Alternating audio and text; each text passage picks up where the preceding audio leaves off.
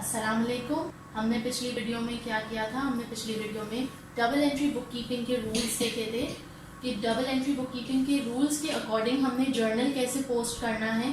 आज हम मजीद कुछ ट्रांजैक्शंस देखेंगे जिनको हम जर्नल में पोस्ट करना सीखेंगे and from journal we are going to transfer these transactions to a ledger. Okay, so let's start. Transaction number 1, set up business by introducing $1,50,000 in cash. यानी बिजनेस को स्टार्ट किया जा रहा है with $1,50,000। So how would we categorize it, यानी किस category में हम इसको डालेंगे इन द कैपिटल कैटेगरी। और जैसे कि आपको याद होंगे आपकी double entry book keeping rules कि कैपिटल अगर इंट्रोड्यूस हो रहा है यानी कैपिटल बढ़ रहा है, और कैपिटल बढ़ रहा है तो किस साइड पोस्टिंग होनी चाहिए? पोस्टिंग होनी चाहिए ऑन द क्रेडिट साइड। अब आप अपना अकाउंटिंग का चश्मा पहन लीजिए और डबल एंट्री बुक कीपिंग के रूल्स दोबारा से देख लीजिए। डेबिट एंड क्रेडिट, जब भी हमारे assets, expenses and losses and drawings बढ़ेंगे किस साइड पे जाएंगे? डेबिट। और liability, income and gains and capital अगर हमारा इंक्रीज होगा तो किस साइड पे जाएगा? क्रेडिट साइड पे। Okay, so now we are going to post this transaction. इस ट्रांजैक्शन के दो एलिमेंट्स हैं, एक है कैश और एक है capital. Alright, so now I'm going to post this transaction. It is cash is coming in the business, so cash account debit 1,50,000 and capital account credit, as my capital is increasing, 1,50,000 debit credit. Okay, ये हो गई हमारी transaction number 1। Next transaction, purchase property costing $1,40,000 पे cash, यानी कि property खरीदी गई है $1,40,000 की and the cash has been paid. तो कैश पे कर चुके हैं यानी कैश कैटेगरी जो है हमारा कैश अकाउंट जो है कम हो रहा है। और जब भी कैश यानी कि एसेट कम होगा किस साइड पे रिकॉर्ड करेंगे? क्रेडिट साइड में। एंड चूंकि हमने प्रॉपर्टी परचेज की है तो प्रॉपर्टी हमारा एसेट है और एसेट जब भी बढ़ेगा तो किस साइड पे जाएगा? डेबिट साइड में record. So we are going to record property account debit and cash is going out of the business, so cash account credit, which is 1,40,000. Okay, next transaction number 3, purchase goods costing $5,000 pay cash. So now we are going to, now the business is going to buy goods and it will pay cash. So cash will go out of the business. When cash will go out of the business, the asset column will decrease, and when the asset column will decrease it will go to the credit side. Alright, so cash account credit, that is 5,000, and goods are coming into the business, and goods are the assets, and when assets come into the business that means the asset side is increasing, that means we have to record it on the debit side. So are we going to write the name over here goods account? No, we are going to write purchases account. Purchases account 5,000। हम purchases account क्यों लिख रहे हैं, goods account क्यों नहीं लिख रहे हैं? क्योंकि goods is very general, is a very generalized term, but purchases account we know we are purchasing something. So in the rule books of accounts we cannot use anything, there is nothing known as goods account. Okay, there is no such account known as goods account. So you will always write purchase account अगर तो goods mention किए गए हैं। अगर particularly specifically asset का नाम mention किया गया है तो आप स्पेसिफिकली उस एसेट के नाम से अकाउंट खोलेंगे। Okay, clear? Next transaction number 4, sell goods for $7,000 all cash sales, यानी कैश में चीजें बेची हैं। तो जब बेचेंगे चीजों को तो चीजें बिजनेस से चली जाएंगी और कैश बिजनेस में आ जाएगा। दोनों ही एसेट्स हैं, एसेट के रूल्स हम अप्लाई करेंगे। जब चीजें बेची तो एसेट कम हो गया, एसेट कम हो गया तो उसे रिकॉर्ड करेंगे हम क्रेडिट साइड में। So sales account credit how much? 7,000 and बदले में क्या आ रहा है बिजनेस के पास? Cash, so cash account 7,000। Okay, now let's move on to the 5th transaction, purchase goods costing $8,000 pay cash. So you are going to purchase goods, so purchase account debit, that is 8,000, and you have paid cash, so cash cash account, credit 8,000. Alright. Next, number 6, pay a sundry expense of $100 by check. अब एक expense आ गया है और आपको expense यानी खर्चे की payment करनी है $100. So expense आ गया है, expense account is increasing, therefore whenever an asset and whenever an expense is increasing, you're going to post it to the debit side. So expense account, debit, that is 100. And next, pay by check. By check, if it's written by check, you will write bank account, and if it's written by cash, then you are going to use cash account. Particularly in this case, it has been mentioned in the book that check is considered as cash. So that's why I'm writing cash account over here. 100. Okay. Next, number 7. Number 7, sell goods for $15,000, all cash sales. Goods बेचने हैं, cash पे sale हुई है, so cash account debit हमारे पास आ रही है $15,000. और उसके बाद है sell goods, goods बेचे हैं, so sales account credit, that is 15,000. Okay, now our last transaction, number 8 and number 9. Alright, so number 8 कह रहा है pay wages of $2,000 to an employee. When you pay wages, you are paying an expense. So wages is like an expense. तो expense बढ़ रहा है तो हम इसको डेबिट साइड में डालेंगे. wages account 2000 और कैश जा रहे हैं बदले में, so cash account 2000. Okay. Number 9, pay postage cost of $100 by check. Postage cost again an expense, so postage cost $100 and cash $100. Okay, तो ये आ गई हमारी 9 transactions. I hope these transactions are clear to you. How are we going to post it to the journal using the debit credit rules? Now we will learn. अब हम सीखेंगे कि हम journal में जो ये transactions post कर दी गई हैं, इन्हीं transactions को ledger में कैसे transfer करना है. आइए देखते हैं.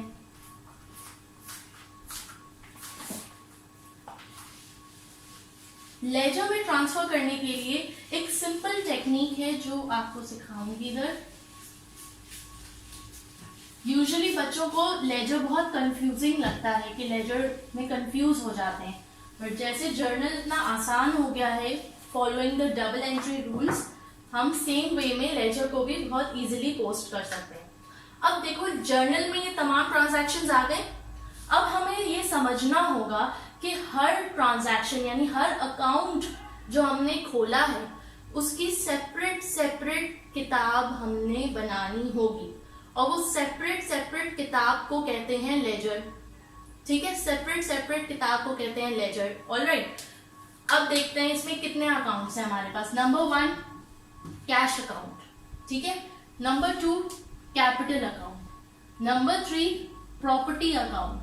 Number 4 sales account. Number 5 expense account. Number 6 wages account. And number 7 postage cost. Okay, तो ये 7 आइटम्स हैं, 7 अकाउंट्स हैं जो हमें खोलने हैं लेजर में. यानी लेजर की किताब में हमने ये 7 के 7 डिफरेंट अकाउंट्स के हमने अलग अलग खाते खोलने हैं.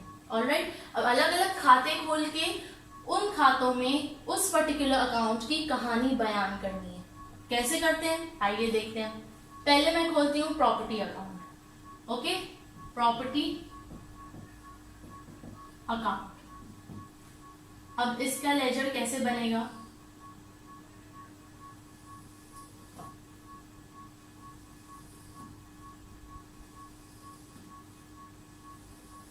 ओके, ये तकरीबन इस तरह की लेजर की शक्ल होती है. यहाँ पे डेबिट साइड है ये, और ये है credit side. Alright, property account का खाता खोल दिया है मैंने. प्रॉपर्टी अकाउंट का खाता खोलने के बाद मैं देखूंगी कि प्रॉपर्टी अकाउंट के खाते में मैं उसकी कहानी क्या बयान करूं. तो मैं जाऊंगी जर्नल में. अब जर्नल में मैंने देखा कि मैंने प्रॉपर्टी अकाउंट कौन सी साइड में लिखा हुआ है. डेबिट या क्रेडिट? तो मैं देख रही हूँ कि ये प्रॉपर्टी अकाउंट जो है डेबिट साइड में खुला हुआ है, तो यानी लेजर में भी प्रॉपर्टी अकाउंट के खाते में मैं प्रॉपर्टी की कहानी किस साइड पे रिकॉर्ड करूंगी? डेबिट साइड में रिकॉर्ड करूंगी। और डेबिट साइड में रिकॉर्ड कैसे करूंगी? इस तरह से करूंगी कि मुझे पता है कि प्रॉपर्टी अकाउंट डेबिट साइड में जा रहा है किसकी वजह से? कैश की वजह से। किसकी वजह से? कैश की वजह से। So cash account 1,40,000। और कहीं पे प्रॉपर्टी अकाउंट का जिक्र है? नहीं, तो मैं इसका खाता यहीं पे क्लोज कर देती हूँ। ऑलराइट, इसकी कहानी खत्म, क्लोज। नेक्स्ट खाता। अब नेक्स्ट खाता किसका खोलूं? ये मेरा हो गया। नेक्स्ट खाता है कैपिटल अकाउंट। कैपिटल अकाउंट, ये भी सेम तरीके से डेबिट साइड इधर है एंड क्रेडिट साइड इधर है। ऑलराइट, अब कैपिटल अकाउंट का खाता खोला। अब मैं जाऊंगी जर्नल में और देखूंगी कैपिटल अकाउंट किस साइड में रिकॉर्डेड है। It is recorded on the credit side, तो मैं कैपिटल अकाउंट की कहानी किस साइड में रिकॉर्ड करूंगी? क्रेडिट साइड में। क्रेडिट साइड में क्या लिखूं? क्या कहानी में लिखूं?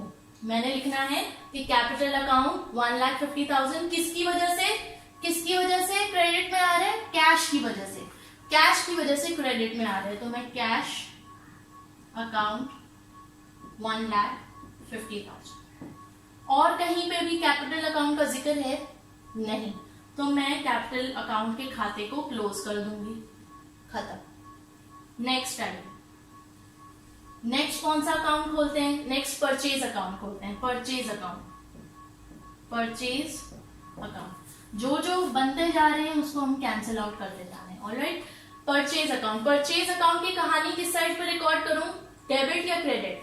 यहाँ पे किस साइड पे रिकॉर्ड हुआ है परचेज अकाउंट? डेबिट साइड में, तो मैं इधर भी डेबिट साइड में रिकॉर्ड करूंगी परचेज अकाउंट। डेबिट साइड में क्या कहानी लिखूं कि परचेज अकाउंट 5,000 आ रहा है परचेज अकाउंट में, किसकी वजह से? कैश की वजह से। So cash account 5,000। ऑलराइट, और कहीं पे परचेज अकाउंट का जिक्र है? Yes, transaction number 5, purchase account 8,000, cash account credit. अब इधर भी परचेज अकाउंट किस साइड पे लिखा है? डेबिट साइड पे, तो मैं इसकी कहानी किधर लिखूंगी? Debit side. किसकी वजह से? कैश की वजह से। So cash account 8,000। ओके, और कहीं पे परचेज अकाउंट का जिक्र है? नहीं, तो अब मैं इसके खाते को भी क्लोज कर दूंगी। ऑलराइट, नेक्स्ट परचेज अकाउंट भी हो गया हमारा। परचेज अकाउंट किधर लिखा है मैंने? Alright, here. परचेज अकाउंट भी cancel out. Okay, cancel out. अब क्या बचा? अब हमारे पास सेल्स है। सेल्स अकाउंट का खाता खोलें। सेल्स अकाउंट किस साइड पे रिकॉर्डेड है? Credit side. किसकी वजह से? कैश की वजह से। तो सेल्स का मैं कहानी किस साइड में लिखूंगी? क्रेडिट साइड में। किसकी वजह से लिखूंगी? Cash account 7,000। और कहीं सेल्स का जिक्र है? यहाँ पे ट्रांजैक्शन नंबर 7, यहाँ पे सेल्स का जिक्र किस साइड पे है? क्रेडिट साइड पे। तो अगेन क्रेडिट साइड में क्या लिखूं? Cash account 15,000। ऑलराइट, और कहीं सेल्स का जिक्र है? नहीं। लेट मी क्लोज द खाता।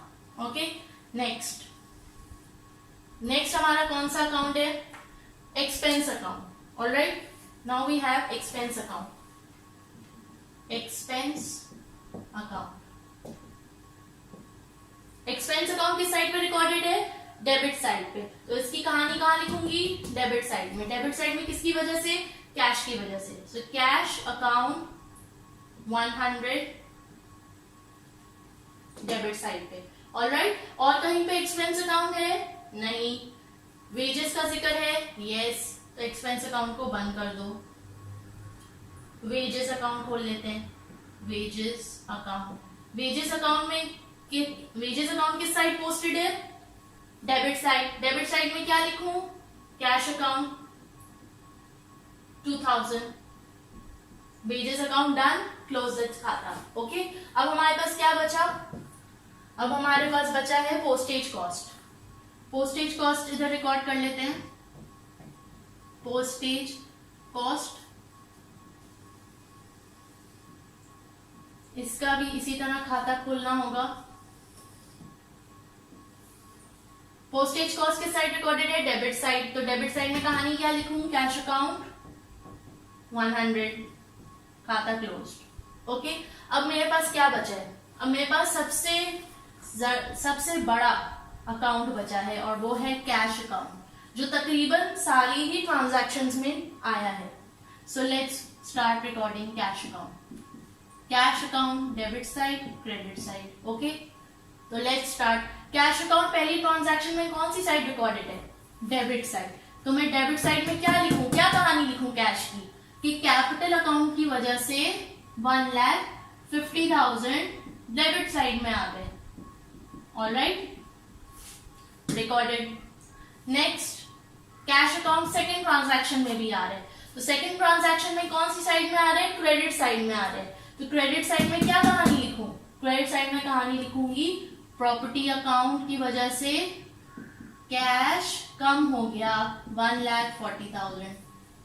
Okay, next third transaction, purchase account and cash account. Cash account again किस साइड पे आया हुआ है, क्रेडिट साइड पे, तो क्रेडिट साइड में क्या लिखूं, purchase account 5,000। Alright, next cash, इसमें किस साइड पे आया हुआ है, डेबिट साइड पे, तो डेबिट साइड पे आया है, तो डेबिट साइड में क्या कहानी लिखूं, sales account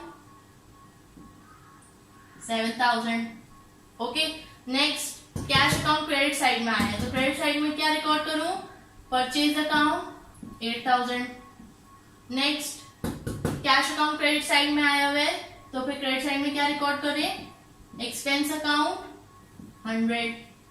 next cash account debit side में आया हुआ है, डेबिट साइड में क्या रिकॉर्ड करें, sales account 15,000। Next wages account and cash account. Cash account credit side में है, तो क्या रिकॉर्ड करें, wages account 7,000, 2,000। Okay, next cash account credit में है, तो अगेन किसकी वजह से है, पोस्टेज कॉस्ट की वजह से, पोस्टेज कॉस्ट 100। ओके, ये तमाम खाते हमने इस तरह रिकॉर्ड कर लिए हैं। अब हम इन खातों को जरा क्लोज करेंगे, इन खातों को जरा हम क्लोज करेंगे और देखेंगे कि इनको क्लोज करने का क्या तरीका है। ओके, इनको क्लोज करने का क्या तरीका है, देखते हैं।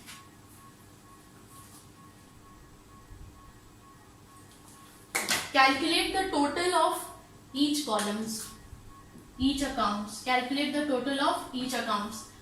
कैसे करें टोटल, पहले तो हमने देखना है कि property account. Okay, property account को कैसे क्लोज आउट करेंगे, हमने देखना है कोई भी अकाउंट खोल लो लेजर का, कोई भी लेजर का अकाउंट ले लो और उसको अगर वाकई में क्लोज करना है, तो सबसे पहले ये देखो कि कौन सी साइड हैवियर है, डेबिट साइड और क्रेडिट साइड, कौन सी साइड हैवियर है।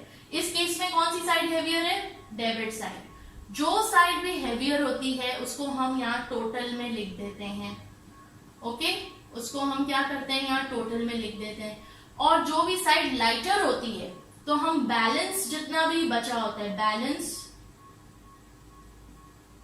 Brought forward, balance carried forward. Okay, balance carried forward 1,40,000। यही बैलेंस हमारा क्लोजिंग बैलेंस भी कहलाता है, यही बैलेंस हमारा क्लोजिंग बैलेंस भी कहलाता है और यही बैलेंस हमारा डेबिट बैलेंस भी कहलाता है, यही बैलेंस हमारा डेबिट बैलेंस भी कहलाता है। क्यों, इसीलिए क्योंकि इस केस में प्रॉपर्टी अकाउंट में डेबिट साइड हैवियर थी, तो जब डेबिट साइड हैवियर होती है तो हम डेबिट बैलेंस, जो बैलेंसिंग फिगर इधर आता है, बैलेंस कैरिड फॉरवर्ड, उसे हम डेबिट बैलेंस कहलाते हैं। Okay, next capital account. Again इसको क्लोज करने के लिए first step, check which side is heavier. Here in the case of capital account, credit side is heavier, so credit side is heavier, so record it in the total 1,50,000, and then the balancing figure will come here, balance carried forward 1,50,000. Now this figure is also called the closing balance. This figure is also called the credit balance. Credit balance. Why credit balance? Because the credit side is heavier. The credit side is heavier. Therefore, this balance is also known as the credit balance. Alright. Next account. Purchase account. अब purchase account को कैसे close करेंगे? Purchase account को again इसी तरह से which side is heavier, debit और credit. Obviously the debit side is heavier. How much? 13,000. 13,000 is the total and balance carried forward 13,000. This figure is also called debit balance. Alright. Next account, sales account. Sales account, again you have to see which side is heavier, debit or credit. The credit side is heavier. 22,000. 22,000. Balance carry forward 22,000. This is called credit balance. This is called the credit balance. Next, expense account. Again, which side is heavier? The debit side is heavier. So 100, 100. Balance carry forward 100. This is called the debit balance. Now wages account. Which side is heavier? The debit side. 2,000, 2,000. Balance carry forward 2,000. This is called the debit balance. Alright. Next, postage cost. Again, which side is heavier? The debit side. So write the total. Then balancing figure 100. And this is also called the debit balance. Alright. Next, cash account. Now whichever side is heavier, you are going to write the heavier side on the total. Alright. Please excuse me if there is a calculation error. This is just to try to explain to you what are the concepts of journal and ledger. Okay. So now whatever the balancing figure will be after you deduct the 1,55,200 from 1,72,000 will come over here. Balance carried forward. Alright. So balance carried forward would be a debit balance. Why? Because the debit side was heavier. Alright. The debit side is heavier. Now this is the way you transfer the transactions from a journal to a ledger. I hope it is clear and I have been successful in making it a little bit easier for you. Alright. Next, this balance carried down, whatever the figure is, we are going to copy paste it over here. Balance brought down. In all the accounts, we are going to follow this. Balance carried forward, copy paste, balance brought down. This will be the closing balance. This will be the opening balance for the next period. Opening balance for the next period. Alright. So for today, this is the journal and this is the ledger. Thank you so much.